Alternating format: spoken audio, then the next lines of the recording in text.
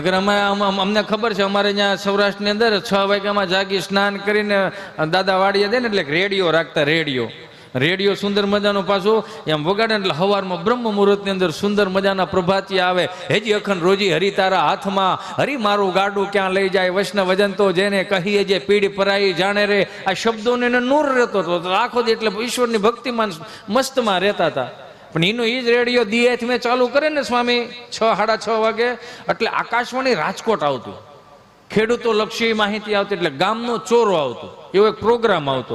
હું સાંભળેલો એટલે કહું. મારી યાદી એટલા માટે કરાવી છે કે આજના યુવાનોને ખબર પડે કે આપણા બાપ દાદા હું સાંભળતા હતા ને હું આપણને આપીને ગયા. એ 6 વાગે રેડિયો ચાલુ કરે ને એટલે આટલું જ આવતું.